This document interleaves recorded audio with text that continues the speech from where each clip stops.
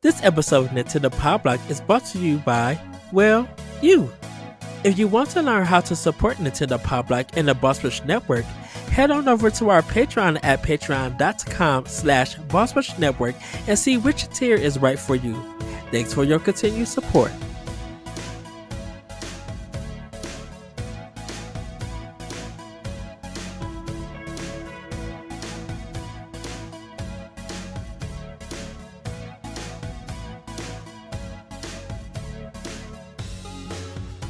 Hello everybody, welcome to Nintendo Pow Block here on Boss Rush Network. I'm your host, the enlightened excited Eddie V. Joining me is the guy who is guiding us. The one, the only, Greysun Morales from Game Red. Hello, good sir, yes! Hi Eddie, how are you? Hi, you are our honorable member of Boss Rush Network. We were at PAX. If you guys get our pictures, Greysun had a amazing interview for Game Rat with Suda51. You must go to GameRat.com and read it. I was reading it and everything, and I was just like, look at Greysun. Yes. Oh, thank you. Yes. So we went to PAX. It's been a week. How did you feel like right after PAX? Like coming home and it's been a week after everything that you have seen, the people you've been around with, like how do you feel? I felt, I did feel tired, first of all, most importantly, because during PAX I'm staying up late, like mostly every single night, partying with people, because, we don't see each other that often, or with my industry friends. Whenever I'm here during PAX, some nights we stay up to like 2, 3 in the morning. The last night I stayed up the entire night and went to the airport after the bar, or after hanging out at the Westin bar, which was a fun experience. But no, this entire PAX, I think the most important thing for me was making a lot of new connections and networking, and like you mentioned earlier, like meeting. I've met you before, obviously, because you live over here in Chicago, but I met Corey for the first time in the flesh, and Courtney Yikes, and Stephanie Klimov, and everyone. You guys are so freaking nice and kind and cool to hang out with, and I'm so glad I was able to meet you all and have dinner, and I got to do the podcast with you and Corey as well in the media room, which was really fun.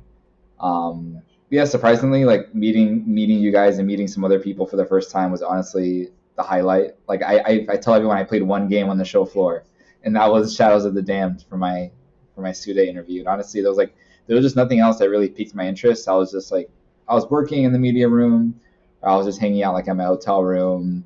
Because when I've gone to PAX before, I've had like so many interviews back to back previews. Yeah. I have to write a bunch of stuff. So this was one of the first times that I've been able to relax and just kind of, do whatever I want.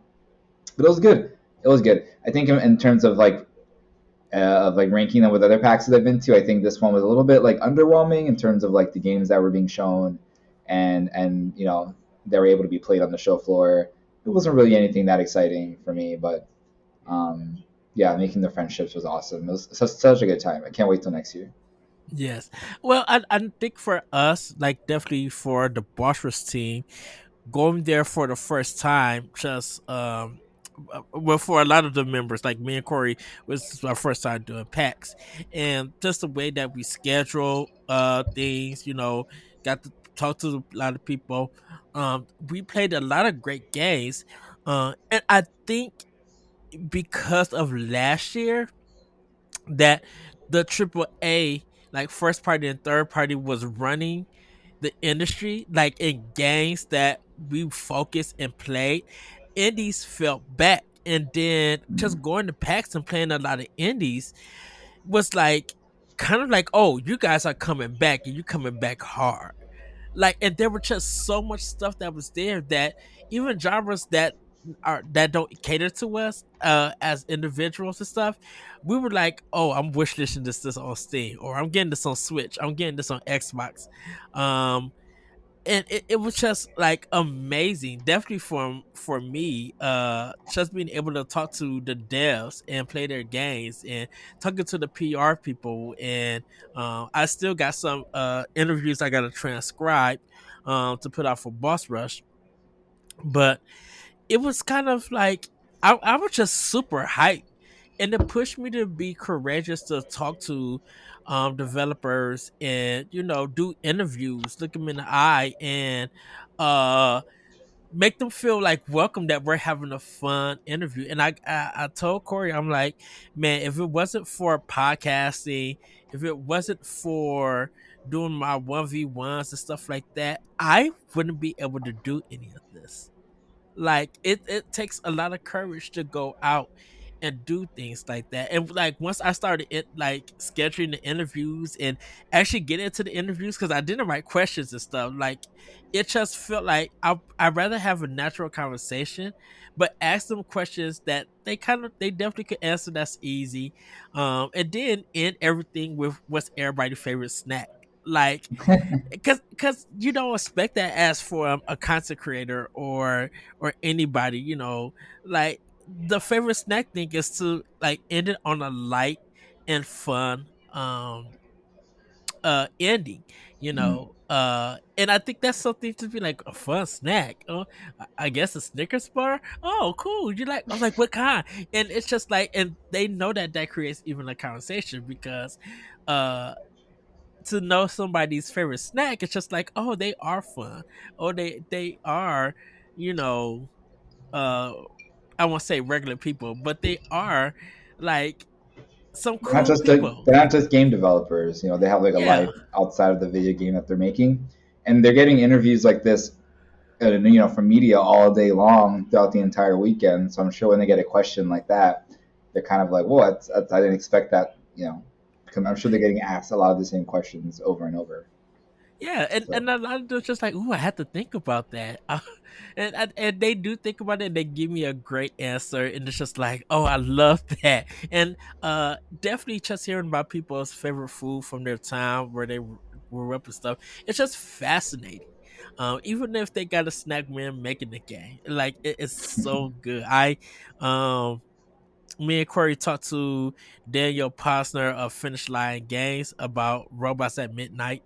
Hopefully, by the time you guys see this, that interview will be up for Boss Rush. And I asked him just like, while developing, or like, what's your go-to snack and everything. And he loves popcorn.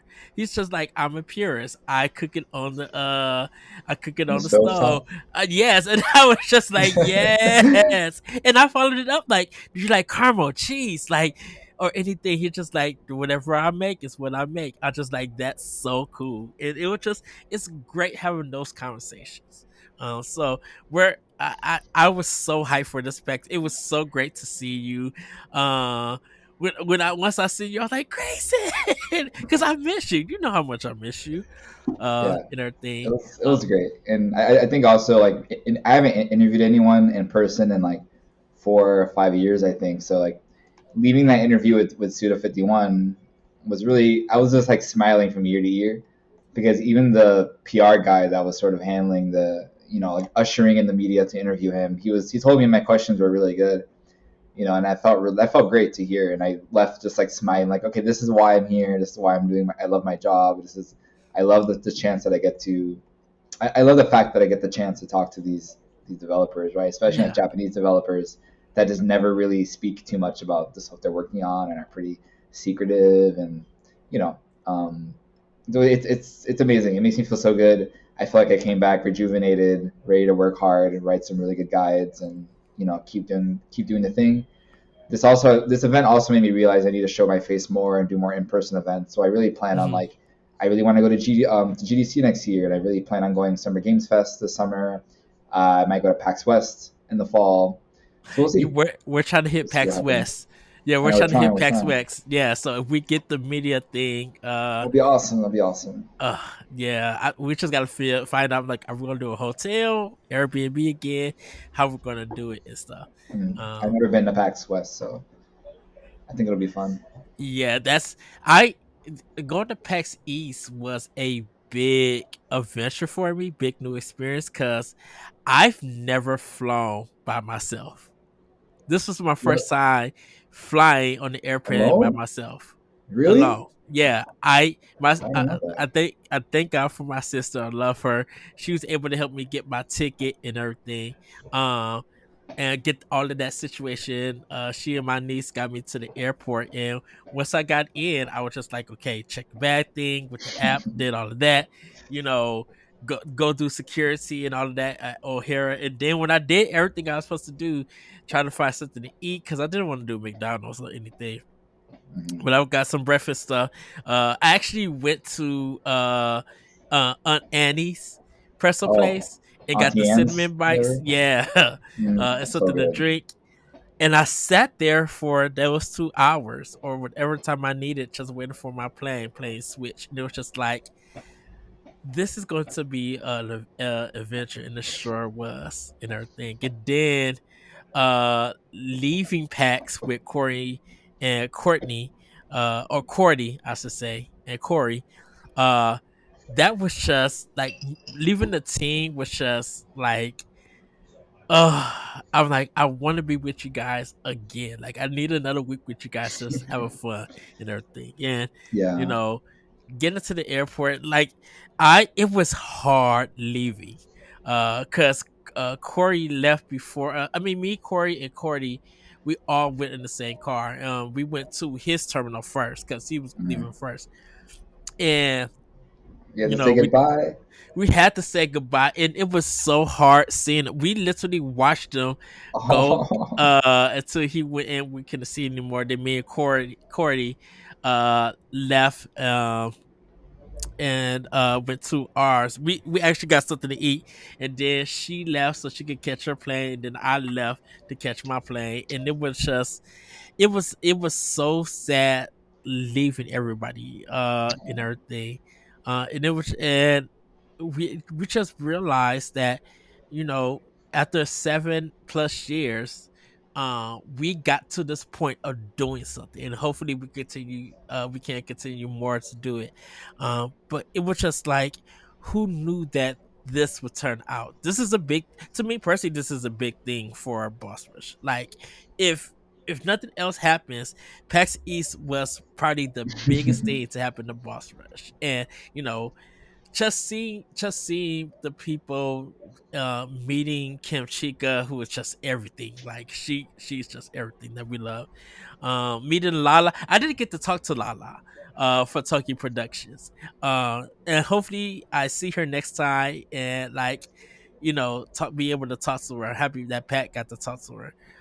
And just meeting like Level 1 Gaming, uh Corey got to meet Major Nelson and the Iron Lords and everything. It was just so exciting meeting all these people. Then I got to meet some of my Twitter friends and stuff and podcasters, and I was just so happy to see them. It was just amazing.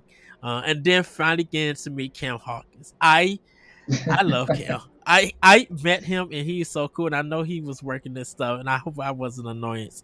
Uh, but I told him I'm ready to pre-order the Kingdom Hearts book. But and I apologize to him personally for uh the Sora questions debate about him being a Smash. But Cam Hawkins is so cool. Like, he's it's so a down very to good, earth. very cool guy. Yeah. uh Jarrett Green was there, uh from Irrational Passion. He also Mhm. writes some stuff. I didn't get to meet him, and I'm so mad. I wanted to meet Jarrett because his comedy is everything. His Twitter comments is so good. But hopefully I can meet him next year. Hopefully we're able to do packs and stuff. But yeah, it we took a break, like right after PAX, but I had to work 7 straight days. So this is my first day Ooh, off, literally after PAX and stuff. wow. Um, so You have not had a break. oh goodness, it was so needed.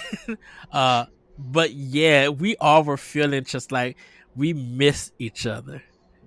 Uh, because of PAX. Was this the first time that like the most of you have been together in one place, Yeah, right? Yeah, yeah. right.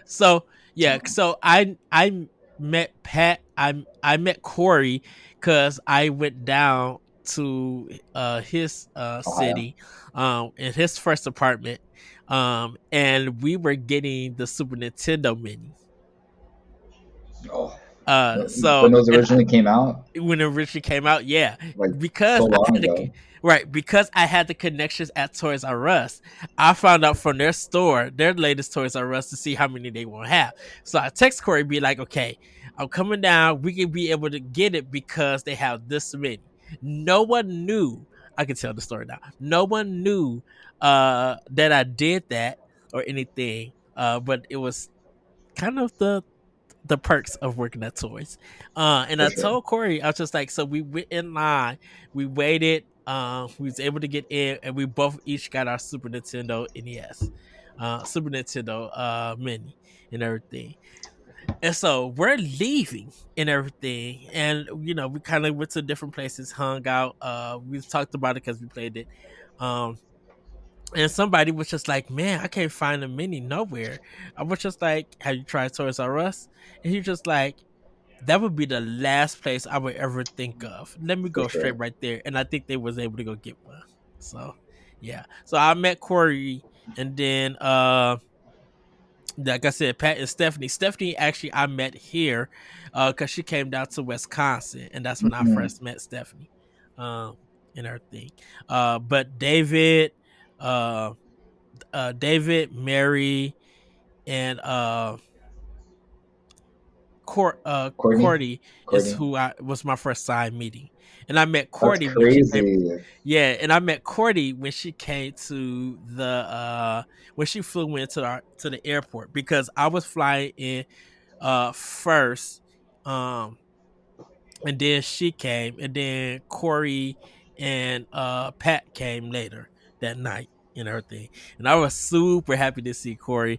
Uh, Oh, I was upstairs in the room just like unpacking and get stuff, and I hear the door open and everything, and they're talking. And I hear Corey said, "Hey, where's Ed?" I came downstairs. I'm like, "Bro, him!"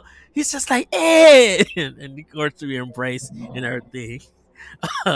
And okay, so and then we're gonna get on with the show, everybody. He's just like, "I brought you something," and I told him I brought him something. Uh, so when like I said, I went to go see Corey when the Super NES mini release. I had bought my Switch and I had bought the Joy-Con holder uh that turns it into that square controller and everything. yeah, the grip. I accidentally left it at his house. So for the last umpteen years, it has been with Corey. Jeez. And Corey just moved, so he still had my thing. So when I got there, he's just like, "Ed, here you go," and he presented my Joy-Con holder, and I was just like, "Oh, I got something for you." I gave him my Legend of Zelda: Tears of the Kingdom Pro controller. Whoa. It has not been used. It has not been touched. It's been in the box ever since Why didn't you brought it. open it? Huh? Why didn't you open it? I I was just gonna hold on to it because it was just Okay. like in case if I ever see Corey and I know I could send Mm. this to him, he'll have one because he wanted the controller more. I just got it because A, I had the money. B, I was Okay. getting everything because I knew people weren't gonna buy it up in Wisconsin, so I was able to get my Pro controller and Zelda Switch. So I still have my Zelda Switch in the box and everything. I'm surprised Uh, that Corey didn't have the controller already. yeah, he tried to find it at all the places and everything. He couldn't find it. So we had talked about it before we had packs and stuff. So I took it out the box and everything because I'm just like I don't know what security gonna think about this, so I'll just put it in here. I'm surrounded with my clothes, and we got when he came in and we presented our stuff, I gave him the controller and everything. So now he has the Tears of the Kingdom controller, uh, and everything. So yeah. Beautiful. Yes, but everybody, we got some housekeeping to do. You guys could check us out on our website and on YouTube and on Patreon. if you want to support us. If you want to support Nintendo Pow Block and the Boss Rush Network, you can head over to our Patreon at patreon.com/Boss Rush Network, where you can get our supplemental show, Expansion Pass, 2 weeks early, and ad free and other perks like early access to other podcasts, voting rights, and more at the tier that's right for you. Again, that's patreon.com/Boss Rush Network. So everybody, at this time, we're going to get into Snacktendo. Grayson, what have you been Uh, snacking on? And giving everybody a warning, Grayson might mention a adult beverage that our good friend Kenchika recommended. I need to. Oh, you got that's what it. I'm drinking right now. Yeah, I made another one, Oh, okay. Go. so I can talk about it right now. Yes. I'm looking up the indie game that she based it on real quick, so I can give an apt description. But so during PAX, there was a panel from Brendan Groom, who runs the Pass to Controller podcast, which is also a website, and they had a panel about cocktails, and there was people on the panel that had specific cocktails that were based on different games that they really liked. So Kimchika, who Ed mentioned earlier, is Jenny Wyndham. I think that's her regular name, right? Yeah. She deals with the Wholesome Games podcast. I think she deals with some PR stuff. But she has a Yes. drink called like In Stars and Time Tequila, which I'm drinking right now, which is based on the indie game called In Stars and Time, which I haven't played before, but it's like a time loop kind of like pixel RPG. I think it's supposed to be like Undertale or something. Oh, cool. Um, but this is tequila, peach liqueur, coconut water, lemon and lime juice, and it's supposed to be topped with like blackberries to make like a cool effect. But I ran out of blackberries, so it's fine. It's mostly for looks. But I bought all that stuff this weekend to make it, and it's delicious. Is it got like Um, a sweet sour kind of taste to it? it's more sour than sweet. I did actually add a little bit of simple syrup to the second one Mm. that I made. 'Cause I think the first time it was a little bit, it wasn't strong, but there's not a lot of sugar in it, so it did taste a little like tart. That lemon and Okay. lime juice, and I use like fresh lemon and lime juice. You can really like taste it. Yeah. Um, and but it's really good. And the coconut water is nice and refreshing. So you have the tequila, you're getting hydrated. It's perfect. Um, I forget that snack tendo is a thing, so I'm trying to think of another like actual snack that I've been eating, but I don't know. I can't really think of anything. So maybe the alcohol has to take the spot.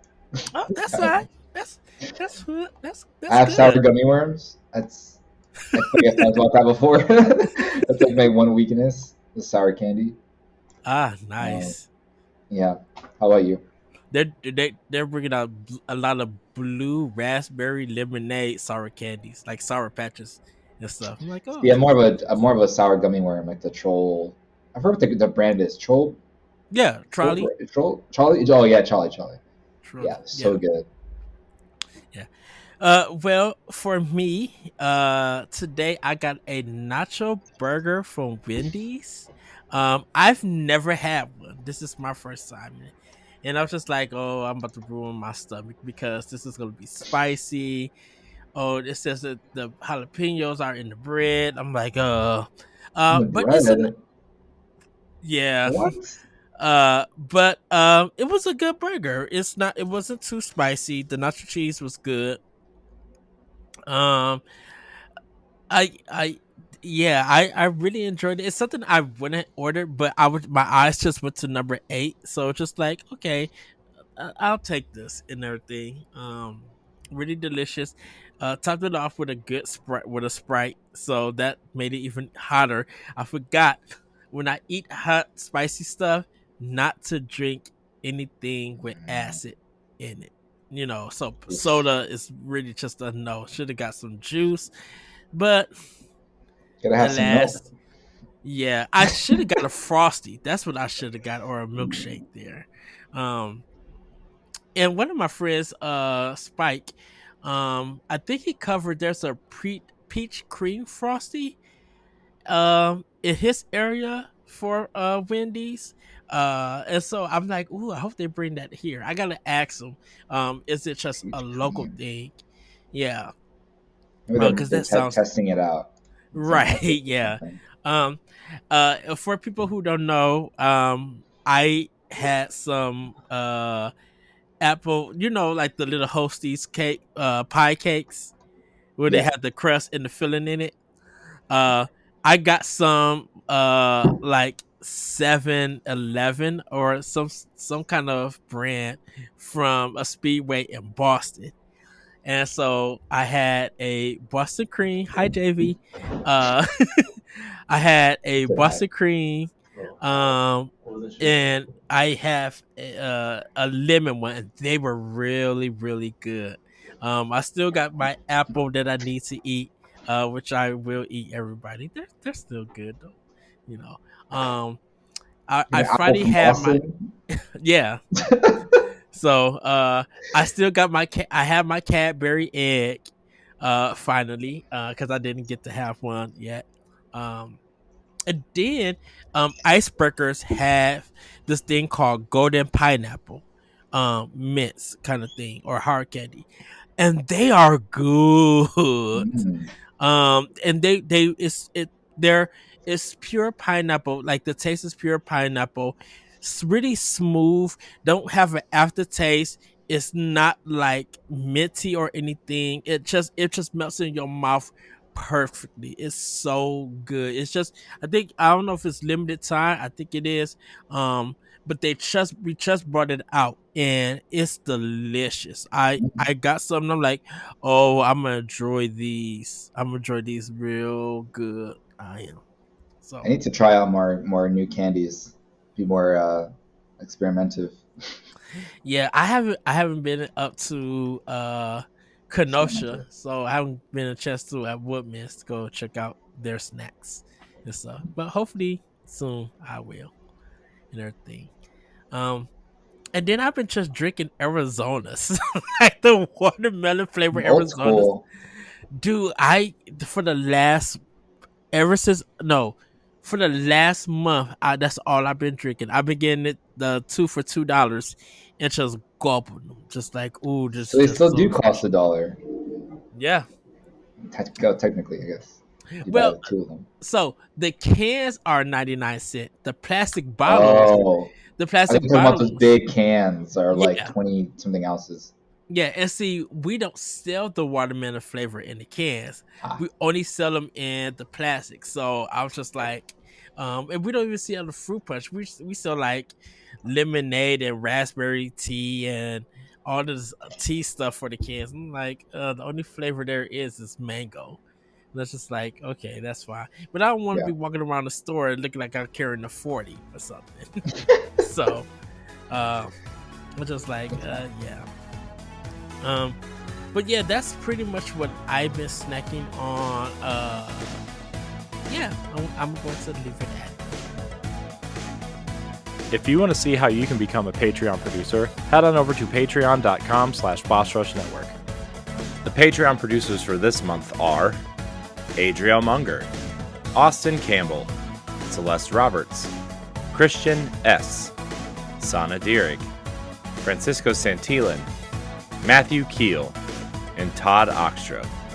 Thanks for your continued support of the Boss Rush Network. And with that, everybody, it's time for Playing with Power. Grayson, what have you been playing with Power? And Oh, and if there's a game that you can't speak of, we understand.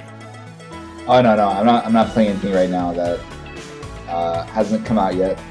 Um, since this is a Nintendo show, I guess I have put in some time into Princess Peach Showtime, Oh, but nice. I definitely have not played enough of it. I think I probably put in like 2 hours at the most. I did play the demo, which has those two levels. One of them has the I think patisserie peach, which is Yeah. like the baking peach levels where you have to bake cakes and stuff. And then they give you the sword Yes. fighter peach, which is the first, the basic sword fighting or whatever, which is fine. And then I had the full game now. I'm renting it from GameFly actually. I didn't want to buy Nice. it just yet. And I played maybe 3 or 4 more levels. I tried the ice skating power up. I did the one of the ninja ones, and I feel like I did one of the cowboy ones. I don't remember. I'm not sure if you played much of the full game yet, but I haven't bought it yet. I okay, okay. yeah, I'm gonna order it and pick it up in from Best Buy tomorrow or tonight, Yeah, so I should say. it's a fun game. It's definitely like on par with the Yoshi's, those kind of games where it's very low key, very easy, kind of centered around, I think, focused towards children instead of like adults. There isn't a lot of Hmm. challenge there. It just seems like one of those games I'm gonna kind of play, one level a day maybe while I'm just like chilling on the couch and my boyfriend's watching TV or playing a different game or something. I just want to like zone out and just shut my brain off for a little bit. It's not one of those games where I want to keep playing for like hours and hours, like something intense like Zelda or whatever. Yeah. Um, I like it. It's chill. It's fun. It has some issues like the frame rate kind of sucks. The sound Yeah. quality is a little bit weird. It just there are like some times where I feel the game feels like a little cheap, like not as polished as like other Nintendo games. Yeah. But no, it's fine. If you play the demo, I feel like that's a pretty good representation of the full game, like from what I've played so far. Mm. You know what I mean? I think that game gonna get a patch because that frame rate has some issues. I mean, we've seen Nintendo not worry about patches for frame rate stuff before, so I don't think this game will ever get another update. To be Well, I honest. don't even think it got one yet. No, Um, yeah, what to say? I don't think it's even got one in the first place. yeah. So, Um, you could talk about other consoles too. There's but yeah, I mean, when I'm at that's pretty much the only game I've been playing on my Switch. Oh no, I actually started playing No More Heroes 2 again because my Suda nice. my Suda 51 interview. I just kind of got like inspiration, and I just wanted to replay this game, so I re-downloaded No More Heroes 2 on my Switch. I think I did it like at the airport actually when I was leaving Boston, Uh, and I'm like pretty far through the game now. I'm like a couple hours in, which is random because I'm playing Dragon Dogma 2, which is taking up a lot of time, but somehow I'm like squeezing this game in there. And I'm just replaying it, and I haven't played this game in such a long time. So, I'm finding new things. I'm like, oh, I don't remember these bosses at all. I don't remember this section at all. Definitely a weird game still. yeah. A weird series.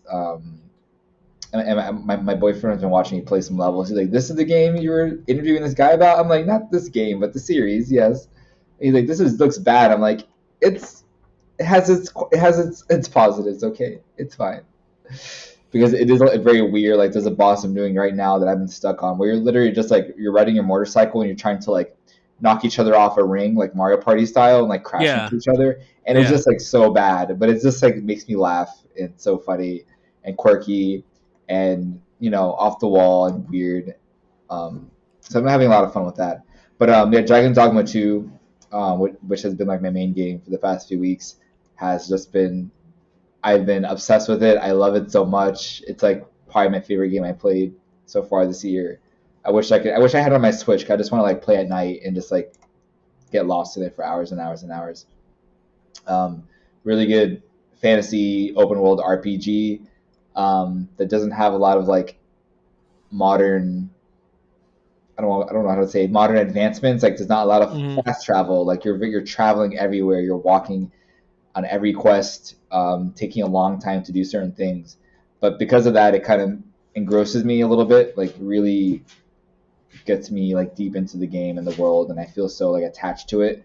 If there was like normal fast travel, I feel like I wouldn't be into it as much because you're just kind of like going from place to place to place to place, not really sinking, like letting the world sink in. Yeah. And that's kind of what's happening with this game. I really like it. Like I'm taking my time with it. I'm doing a lot of side quests. I think I'm like 20, 25 hours in. Um, but man, it's so much fun. It feels like the perfect silly open world fantasy RPG where you really don't have to like be so I don't know involved with your equipment and stuff. Like it's not Mhm. difficult. It's not a Soulsborne or anything like that. So you're not going to die all the time. But it's just fun. Like the quests are really fun. Your pawns are really funny. Like they say quirky and funny things. Um, I just love how silly the quests can get. The combat's really fun. You can change around your classes really easily and try out new techniques. And yeah, it's a great game. Like I can't say any more good about it. go play it. Nice. It seems that right now, for big games on their current gen consoles, it has been Dragon's Dogma and Final Fantasy VII Rebirth. Yeah, And then for Switch, it's been like Princess Peach. And it's kind of been quiet on the Nintendo side for things. I mean, Balatro, that card game, has been a big thing on Switch, and yeah. Unicorn Overlord has also been a big thing for Switch. But like, Nintendo has kind of been like a little bit quiet right now. I know the Touch Detective 3 Plus came out, and I gotta try to order a copy of that, um and everything. That was a mystery game that was on the DS, just released. Like, it came out of nowhere on Switch. I knew the game was coming, but I didn't know it had a release I date didn't like even that. hear about that one. I think I played one of those on the DS actually. I played the second one. I Yeah. didn't play the first one. Yeah. Oh, I have. I definitely played maybe the first one or second one or something. Yes. So, but those kind of like the kind of mid, the games that people have been playing and stuff. But for me, I'm gonna start with my Xbox stuff. Dude, I got back into Far Cry 3 for Series X. What? Yeah, I'm playing Far. 2024? What is Yeah, happening? I beat it on PlayStation 4. I mean PlayStation 3. That was my first Far Cry game that I played and beat, was Yeah, 3. I was gonna quickly mention that Far Cry 3 is my the only not only the only Far Cry game, the only Far Cry game I've beaten. It's the only one I've played. I think. I don't know why Far Cry 3 had such an effect I think it's on us, but I because really liked it. it's a great story. Um, and just doing all those activities and stuff. Something about it feels organic. Where four is just like 4 and 5 feels like they was trying. I got 6, but I need to go back into 6 and just like mainline that game and stuff. I can only take so much of the Ubisoft, the formula. But Yeah. you're playing it. So you're playing it for the second time. No. Yes. So this is my second time playing it through, and it's because I'm playing on Series X. It plays a little bit better, because of the frame rate. It feels smoother and everything. I still got some stuttering because of the cut scenes. That 30 frames per second kind of cut scene feel to it, but like, I'm loving, taking over the camps and easily going to the towers and stuff like that. So I definitely been enjoying it, because I don't know what I'm going to get. Um I know Hellblade 2 will be the game that I need to get in May for Series Yeah. X. But I'm trying to catch up on a lot of stuff that I have for my Xbox and try to run through those games and like end up and like finish them and beat them. Like, I may have to go through the Resident Evil games and put them on easy so I could just beat them and everything. These remakes and stuff. And the only Mm. reason why I'm playing on easy is because I've already beaten the original versions of those games. So it's just, um, Yeah, you just want to experience it for yourself, get to the end without, dying or beating your head against the wall, having to lift yeah, stuff up. You just want to like have a nice experience. yeah. And then I got Tales of Symphonia on Xbox. That would think that was like only $20 or $15, and hopefully that runs okay.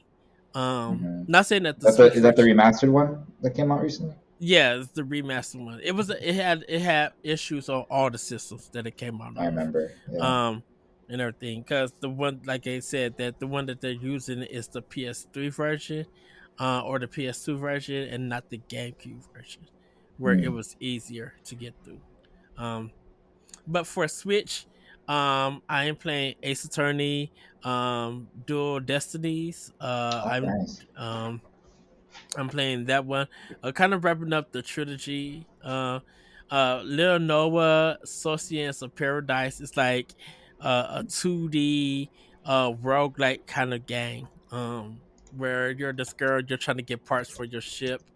Uh, I am playing this roguelike cowboy shooter called Dust and Neon. Um, and shout out to Nindy Nation for this recommendation. He definitely enjoyed it. I think it was in his top 10 list, and so I was just like, okay, I'll play that and pick it up. So I ain't playing that. If you guys heard the noise, that's Corey. Shout out to Corey. He had some recording to do today, so we weren't able to record with them.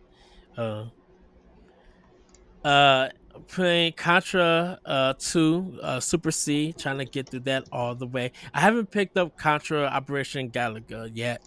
Because I've been waiting for update for the Switch version. Once they release it and everything, and then I'll pick it up and buy it Yeah, I forgot that for it. came out. Yeah. I haven't pick up that Penny's Adventure. I haven't picked that up for Switch yet Oh yeah, because Penny's Big yeah, Breakaway. You mean? yeah, Yeah. that had some issues, so I think that is released, so now I could get it. I've been playing Simon's Quest 2 for just for fun. I actually started Simon's Quest 2 Castlevania when I was going to Boston, so that was my game that I was playing and everything. That's all uh on Switch, the Virtual Console or something. yeah, it's the Castlevania Anniversary Collection. The collection. Oh, okay, Yeah. okay. Yeah, so Konami has the digital limited run, was selling the physical version. Which also everybody, I gotta mention, I did pick up Castle Crashers Remastered at PAX and Mm. Persona 3. Oh. Ooh. The Persona 3, not the reloaded one, not the one that just came out for Price? Xbox, but the that FES. PSP one that they put on Switch and Xbox, like that one. Oh, portable.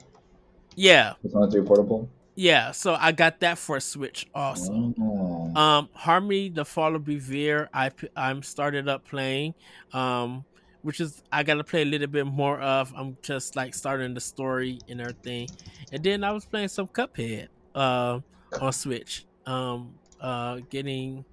Getting just playing a little bit of that. I still need to be Cuphead on Yeah, I Xbox never beat it and either. I never beat it, but I love that game so much. yes. So pretty much that's what I've been playing. I just finished Mar- uh Mash and Muscle on Funimation, or Crunchyroll I should say. It's a kind of, and it's an anime. They just wrapped up season 2, and it's about this person in this world. Well, this world people could use magic, but Mosh he's not able to use magic, but he has, like, he's trained, so he has muscles of strength. And there's something special about him. Like, he could float up in the air because he's running. He's moving his legs back and forth. Um, he can't use a wand, but he has an iron wand because he's that strong and everything. It's funny, but it's That's action cool. packed. It's really really good, and he has the taste for cream puffs. Uh, so Okay. there's an episode that because he's this one man, this policeman, wants him to get into this magic school and everything. If he, so that his father doesn't get killed and everything. So they kind of make a deal. The first episode explains it, and there's a point where all the kids gotta grab this horn of this animal, and the animal will read everybody's thoughts and stuff and place them in what school and what class and stuff they'll be in. So Mosh grabs it, and because he's too strong, it's like he's almost breaking the bone in the animal. So the animal's thinking, trying to figure it out, but the thing about it is the only thing that's on Mosh's brain is cream puffs. So the animal can't tell and everything, and it's completely funny. I mean, everybody watching you be like, "What the world?" So yeah, so It's on Crunchyroll. huh? It's Yeah, on it's on Crunchyroll Crunchyroll. stuff. Yeah, I actually joined Crunchyroll just to see this anime, and then I was just like, you know what? Let me get into this. Let let me see what other anime they have out there, and they have a lot of good Yeah. ones and stuff. And it's just something. They got my one anime that I love, Fighting Spirit, on there, so I need to sit down and watch it. It's a boxing anime, and it's so good. It's my Mm. first. It was my first DVD anime collection that I had. Uh, for my DVD player. So The yeah. main character, the main character looks like Little Mac, kind of. Yeah. Oh, listen to season 2 um theme song. Just the intro to the show. You're gonna be like, oh, this is a banger. Yeah, This is a low dropper right now. It's really, really good. But I'll check it everybody, out. that's what we've been playing with Power. We're gonna get into Femi News. Yeah. And everybody, it's not all good family news, but we're gonna try to make the best of it. So our first story, all our stories come from Nintendo Life. So shout out to the people at Nintendo Life for the news. Thunderfall sells publisher head up for £500, £500,000 after acquiring the studio for $11 million. Um, and this is the story. Thunderfall Group is once again back in the news today as it has been reported that the studio is selling Pumpkin Jack publisher Head Up at a fraction of what it was brought up for back in 2021.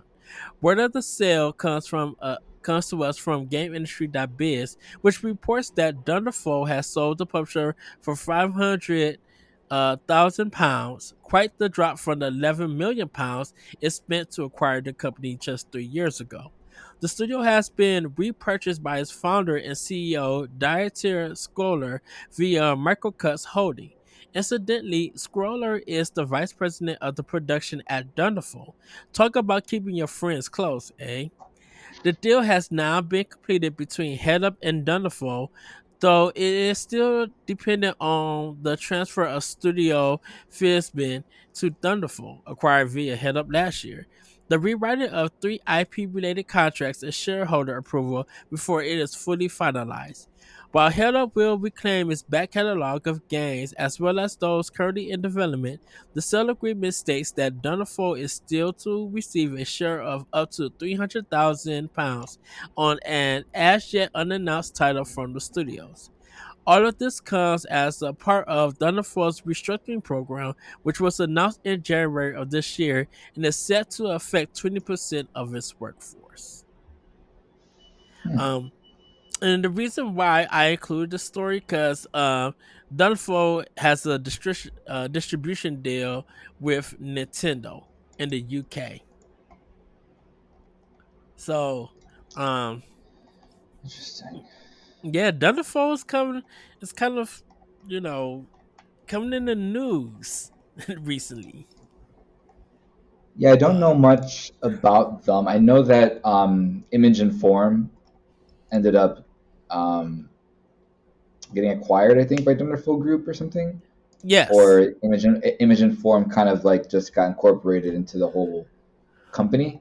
But I yeah, know they do the Steamroll games, which are like were really big on the on Nintendo platforms like the Switch and the 3DS and the Wii and stuff. Oh, Wii U. yes, I've never played any of them before, um, but I know they're really good. So I mean, yeah, yeah. It's interesting to see that because I'm like, how do you sell a publisher? Um, yeah, I was very confused. Yeah, and my assumption is I think that I wonder if Thunderful is just a publisher, and developer, like they're two in one. That's my assumption because if they're publishing some of the Nintendo games in the UK, uh, that's very interesting. Yeah, because it says here Thunderful Group is just it's just a company, but they've acquired publishers before, like Heads Up, which is weird, or Head Up.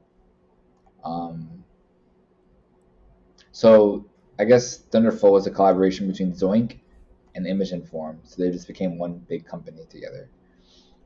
Yes, so Well, we're gonna move on to the next one because this kind of caused some discussion and upset and concern. Nintendo of America restructuring testing department, over 100 contractor jobs reported eliminated. Um, in the States, it's been a difficult start for the video game industry this year, and now, according to Kotaku senior reporter Ethan Gotch, Nintendo of America has massively downsized its small army of contractors responsible for testing games and hardware. In an official statement, a Nintendo spokesman confirmed this change would involve some contractor assignments ending, as well as the creation of a significant number of new full-time employee positions. Nintendo's American branch will also provide support to the contractors agencies during this period.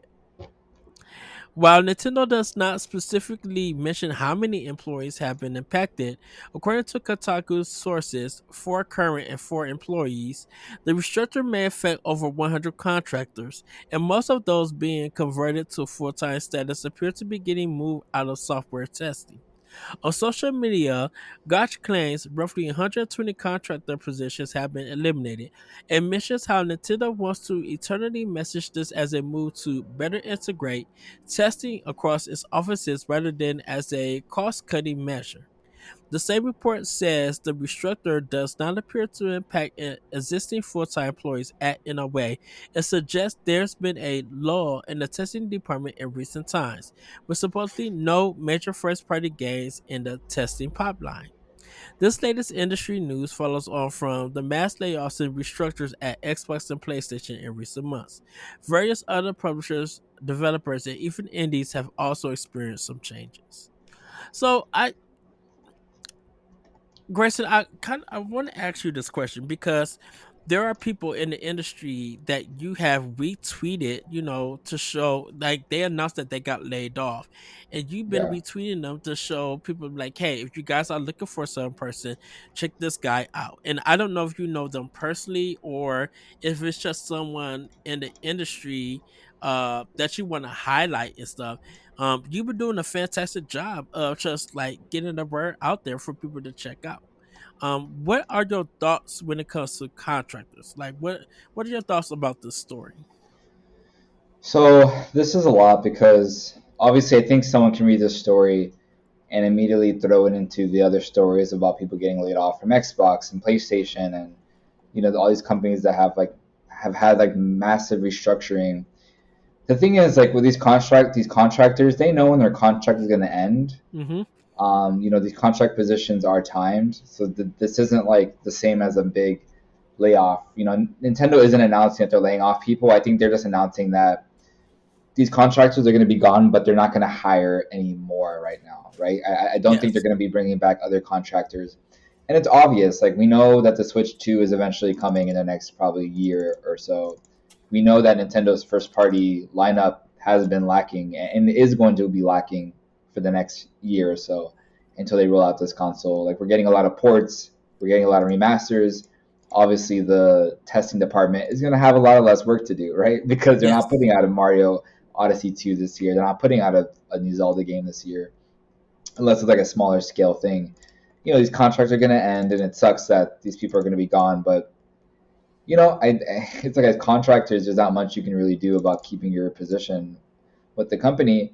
I think it's great that some of them are getting promoted to full time. Obviously, it's like we want more full time employees in the industry, but yeah, I just think, I don't know. It's not much of a. I'm not gonna say it's not like an interesting story, but it is. It is telling. I think it does show that Nintendo does plan on massively shifting their plans with their games, and we know that's coming because there's a new console on the way. So Yes. I don't Uh, know. Yeah. and I don't think it's like a big kind of like overshutting a whole developer down or we're releasing 45% of our staff as developers and people getting upset and stuff. You know, um, these are just contractual people, or hires, I should say. And so it is a on a contract based thing, and if they sign that contract that Nintendo offered them, it's different having, I won't say upset, but it gives a different opinion about speaking about the mass layoffs that have been going in the gaming industry and everything. Like if they laid off half of, let's just say, BioWare, Yeah, and everything, everybody would be upset about that because they did something like this to maybe steal to some people one of their favorite companies and stuff. yeah, Um, and everything. But like if Bioware had contractors and it was and those contracts was up and they had to let them go because they don't got nothing else for them, it wouldn't be such a upset about it. yeah. You're right. I mean, it's not like as big of a news story as like PlayStation lays off, 10% of its staff. Right. These people were definitely not laid off. I think something the post mentioned something about Nintendo is planning on helping them with severance packages and things like that, which I'm sure those are practices that they employ even in normal. When a contract ends, I'm sure they still get these benefits. Um, yeah, like I said, there's definitely just a lull right now. So I'm sure the contractors will have more work once another console is coming and Nintendo's like ready to push out a bunch of more first party stuff, Yeah. right? So, um, yeah, I'm glad that you know it wasn't such a upset, but it is sad to see those contractors, you know, Yeah, leaving. I would say being released early, due to what Nintendo's plans are. But if Nintendo don't got no work for them, then there's no need to like kind of keep them. Uh, and stuff. yep, that's the games industry for you. There's always going to be good times and there's going to be bad times. Like we see these studios hire so many people for these big new projects. The project comes Mm-hmm. out, it does bad, it does good. You end up losing so many of those people that worked on the game, right? Because they don't need that much staff anymore. It's like you work on this big project and then you get tossed aside, or you get to stay on for the next project if you're lucky, right?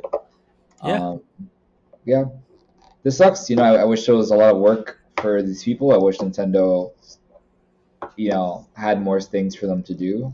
That always sucks when people have to kind of like have to lose a job and have to find something else. But yeah, Yeah.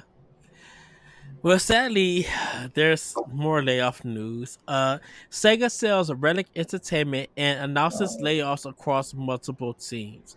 240 jobs will be cut. And the story goes, Sega has announced that it has sold Relic Entertainment to a unspecific investor and will cut a total of 240 jobs across multiple teams in Europe.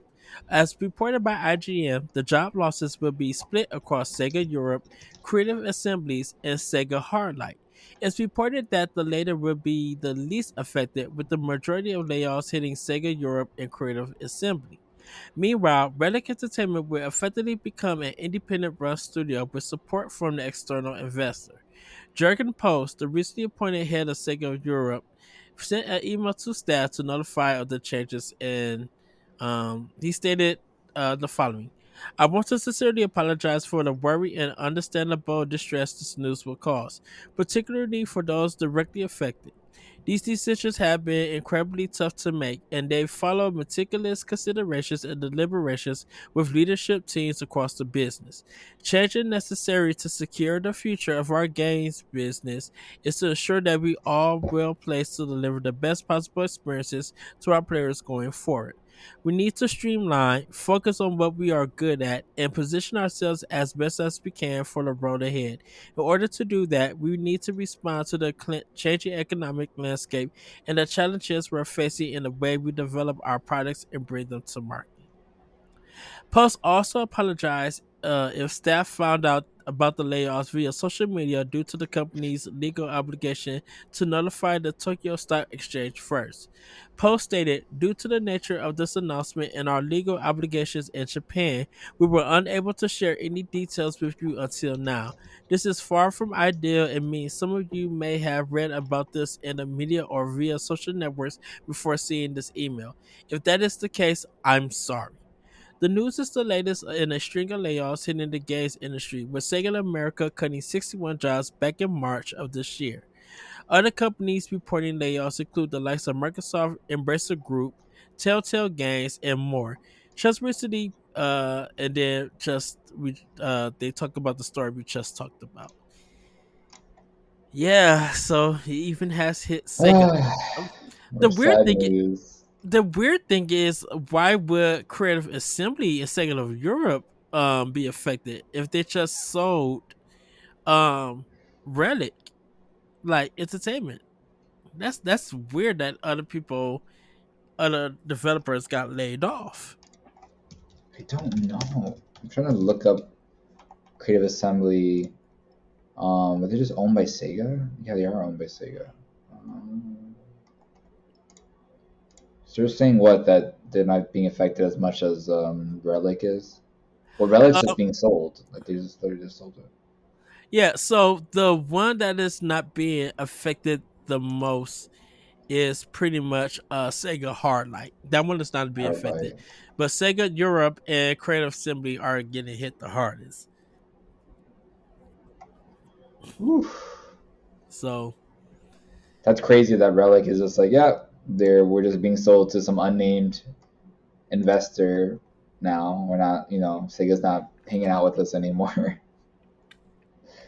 um, and that's sad. And I imagine it's because of the games they're working on. Like Relic Entertainment is not like the biggest developer out there, right? Like they yeah, do the Company of Heroes series and they've done like Age of Empires, but those games aren't like, you know, they're not making so much freaking money and like the top of the town, top of Twitch, top of Steam. Um, so I guess Sega just felt like they had to let them go. And they're like, hey, we bought you guys.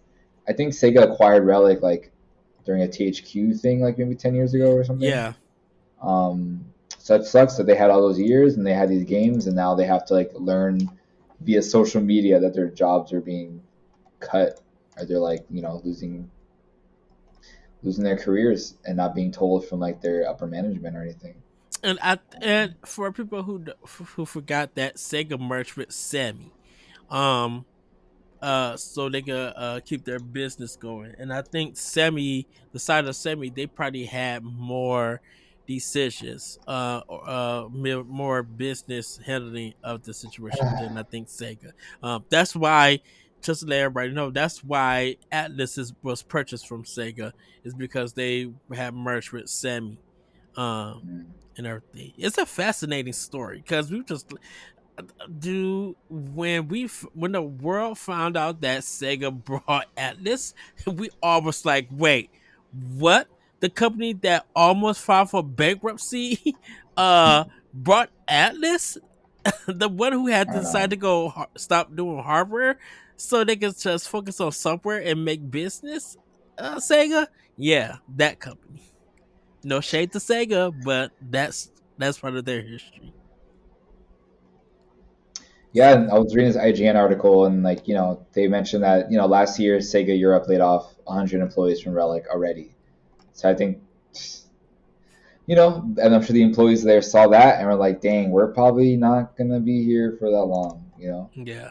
And then Sega also canceled this multiplayer shooter that Creative Assembly was making last year as well. So Sega's just Yeah. kind of canceling everything. And then the last Total Assembly DLC was for Total War, which came out and didn't really do that well. So Yeah, yeah, Sega it's like was if you're not making like freaking 5 or 10 million copies on this stuff these days, I just feel like it's not worth having these companies. Like you have these big developers or publishers that are buying all these companies, like Microsoft and stuff, and then years pass, and then they realize that, hey, maybe we shouldn't have spent all this money on these developers. But I don't know. Sega was going to get into the live service kind of thing, and uh, that didn't work for him. Like Fantasy Star Online is like literally the only game that's really working for him, for like a Yeah, live service kind of game. But anything else out of that, definitely when a lot of people were going the live service route, it wasn't being successful, like Destiny has or anything. no. So just like, yeah, we're gonna take a hit on this and cancel this project. So Yeah, Sega. Besides like the Persona series and Sonic, I feel like Sega doesn't really have any. I know they're trying to like bring back their old IPs like Crazy Taxi and Jet mhm. Set and things like that. But even then, those aren't gonna sell millions of copies. You know what I mean? Right. So I feel I like mean, Sega's always been that middleman. They're like, I mean, I wouldn't even say middleman, but like kind of in the bottom tier where they're just kind of putting out games that aren't really, I don't know, they're not really shaping the industry. They're not really doing anything that new or exciting or getting great reviews. They're kind of just like in the middle. Besides like Persona stuff, which is I think doing fantastic.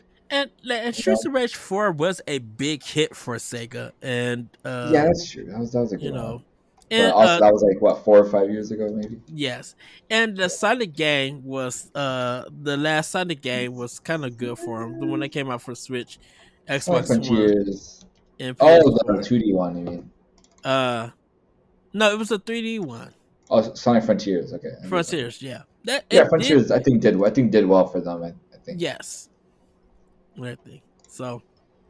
But we got one more story. And this deals with Princess Peach. Showtime. Um, she hit the Japanese chart for number one.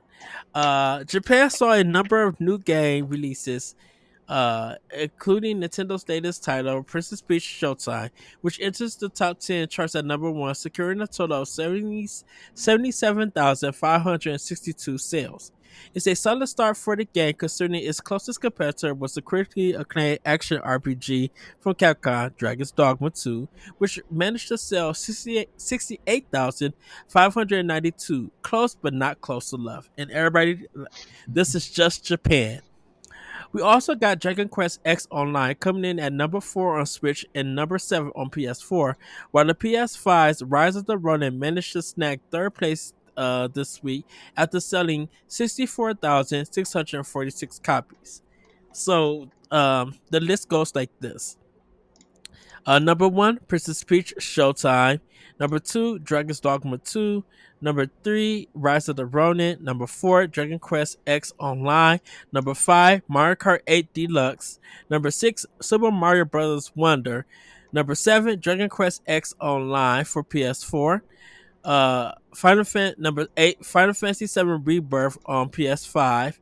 Number nine, Mario vs. Donkey Kong on Switch.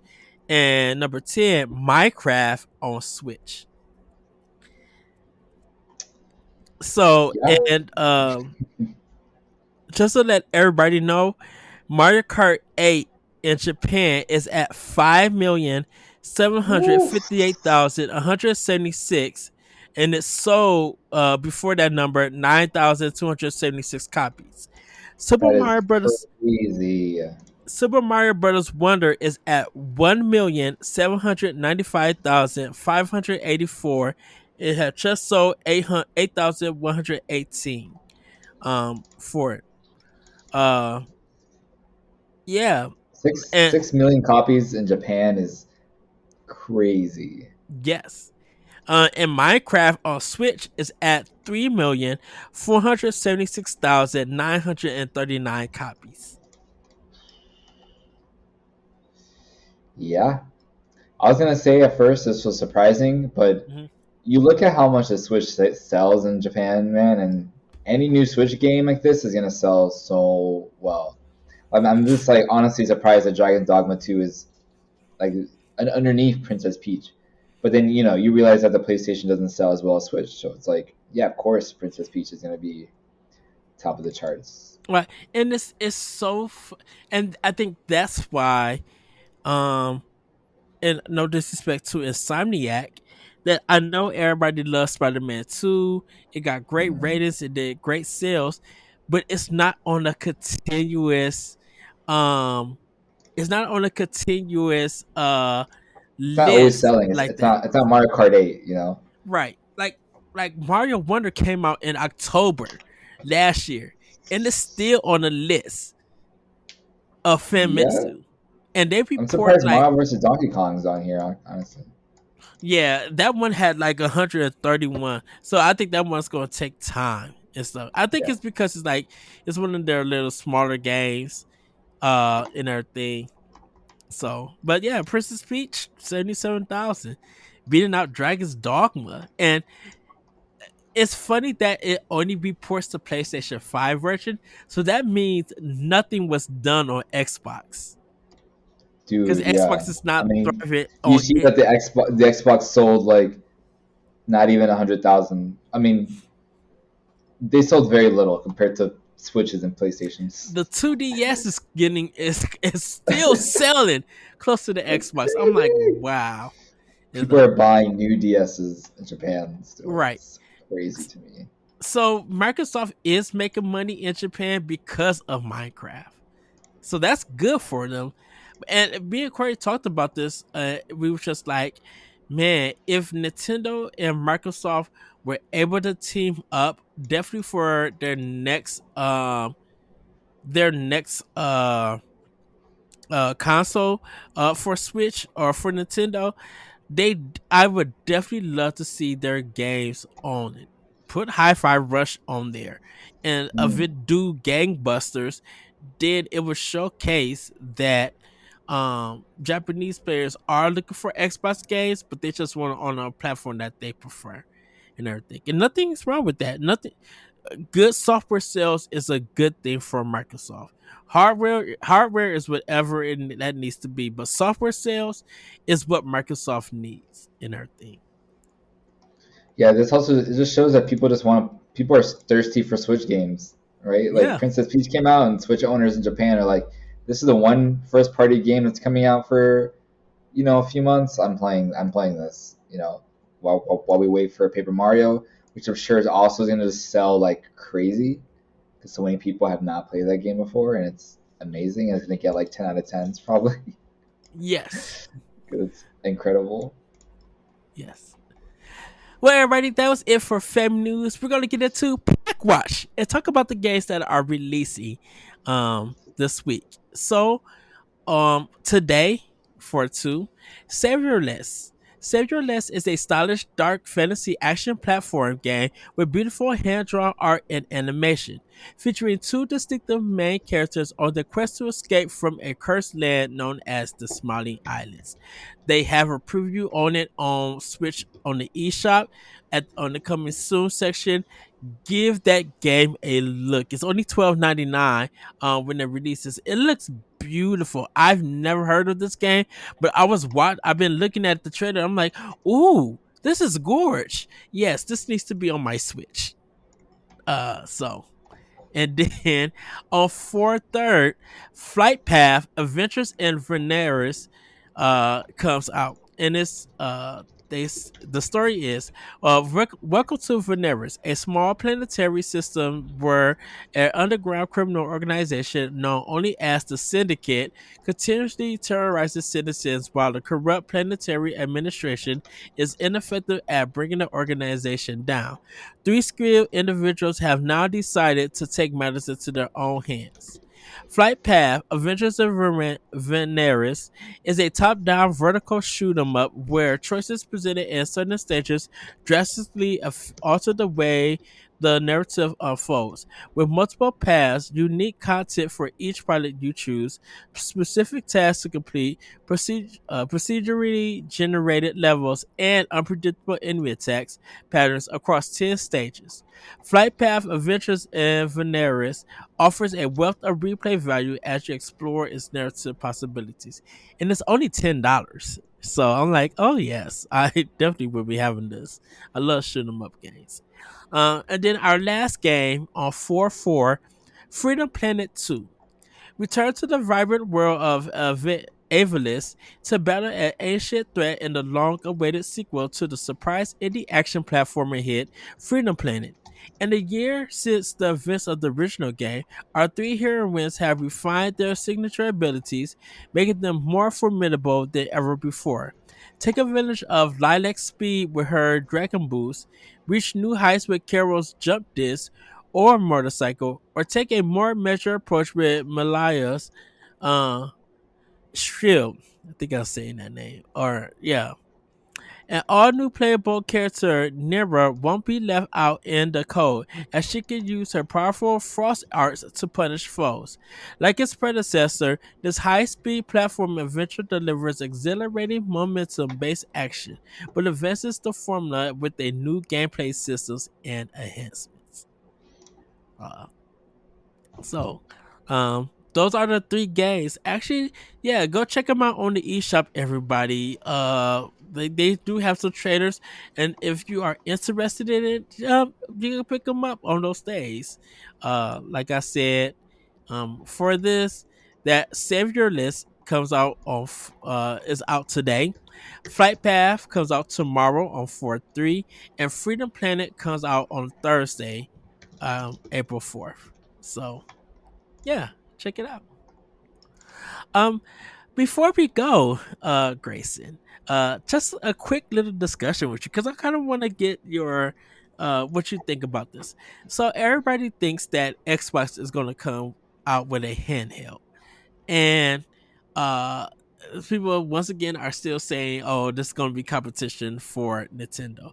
Um, how do you feel about that when people just say that when there's a new handheld hardware come out, Switch always going to get the competition and stuff, and it just never seems to be what competition Nintendo is making. Is still selling systems. Like, what is your thoughts on that? Ugh. I mean, there's no competition. I hate when people say like, "Oh, this new handheld is going to compete with this." It's like it's not going to compete with the Switch. The PlayStation Portable came out, or whatever it's called. That thing is not competing with the Switch. I can tell you that for now because I have not seen anybody talk about that portable. I don't know what it's called. Is it PlayStation Portable or Yeah, something? Yeah, it's like if Xbox is the same thing, it's like great. That's a great way for people to immerse themselves more into Game Pass, right? It's something that I would consider, but probably ultimately I wouldn't buy because I don't really play my Xbox that much. I really only play it for Game Pass these days. Like if there's something that releases on hmm Game Pass, I'll pop my Xbox on and check it out. But the Switch is the Switch, and the whatever Xbox comes out with, you're gonna be able to play your Xbox games on it, but you won't be able to play Switch games on it. So it's like I think that's just like the crucial factor here that the Steam Deck doesn't have, that the PlayStation thing doesn't have, that the Xbox Portable doesn't have. Like you just can't play first party Switch games, and I think that's really the reason why people buy Switches, like to play Nintendo games, right? So if right, you don't have Nintendo games on there, the Switch is still gonna sell copies. The Switch Two is still gonna hopefully be a success if Nintendo does like the same thing that the Switch did. Um, yeah, I don't pay no mind to it. I'm not excited for it for an announcement. I don't really care that much. Like I've just started getting involved with the Xbox ecosystem. I'm not looking to add another handheld into my house. You know what I mean? I already have enough stuff. So the Steam Deck is probably the only thing right now at this point that I would consider, just because I've been playing a lot of PC games lately. mm, But I usually just like playing. I don't know. I just like to switch for my portable stuff, and I don't really want like another portable system to deal with. If that makes sense. yeah. I don't It know. was Just one more thing to charge. it was kind of amazing. I actually got to play the Steam Deck at PAX. There's an interview that I was doing, and I got to see the person demo the game to me while watching it, and everything. And I was just like, "Oh, okay, this is the Steam Deck, and this it was very big." I'm like, "Ooh, this is a clunky thing. This is like a Game Gear in a sense." Uh, and it was just like when it came to people playing any games at PAX, it was the Nintendo Switch. Everybody had their Switch and was playing games on their Switch. It was amazing to see that. It's just easy, like there's so many Steam Deck. There's games on Steam that you can't play on Steam Deck. There's some stuff that just doesn't work. You have to tinker with the settings. It comes with the same baggage that comes with playing games on PC. You just have to troubleshoot constantly. Like there's always going to be like there might be frame rate issues or like bugs and things. It's like you play a Nintendo game on a Switch, you just know it's going to work, right? You don't have Yeah. to configure any settings. You don't have to get a faster processor, upgrade your whatever. You don't have to do anything. So it's just easy. Yes. Well, everybody, we didn't get any questions for the show, which is fine. But hopefully we'll get some next time for you guys. We'll have definitely have some Nintendo news. It was kind of like slow, but we'll have some Nintendo news. Grayson, thank you so much for joining me for Power Block. Uh, I was so happy that you reached out to me. I'm like, oh, he wants to come on. I'm like, yes. I need to do more Anything. podcasts because I get into these moods where I don't want to do anything and I get lazy. So I think the more often I do them, the easier it becomes to do them, right? So Yes. Well, go yeah. ahead and plug. Where can people find you? Where people can find your work and everything. Yeah, if you want to follow my work, I do guides at gamerant.com. So you can check that site out if you want really good, helpful walkthroughs and stuff for any big games that have been released. So we have guides for Dragon's Dogma 2, some stuff on Princess Peach Showtime, Helldivers, whatever game you're playing right now, Final Fantasy 7. And then you can follow me on Twitter at Greysun Morales. It's just my first and last name, so pretty easy to find me. Yeah, that's pretty much it. Yes. And with that, everybody, have a great week. Have a great weekend. And we'll see you next time on Nintendo Power Block. Bye, everybody. Woohoo! If you want to see how you can become a Patreon producer, head on over to patreon.com/BossRushNetwork. The Patreon producers for this month are Adriel Munger, Austin Campbell, Celeste Roberts, Christian S., Sana Dierig, Francisco Santillan, Matthew Keel, and Todd Oxtra. Thanks for your continued support of the Boss Rush Network.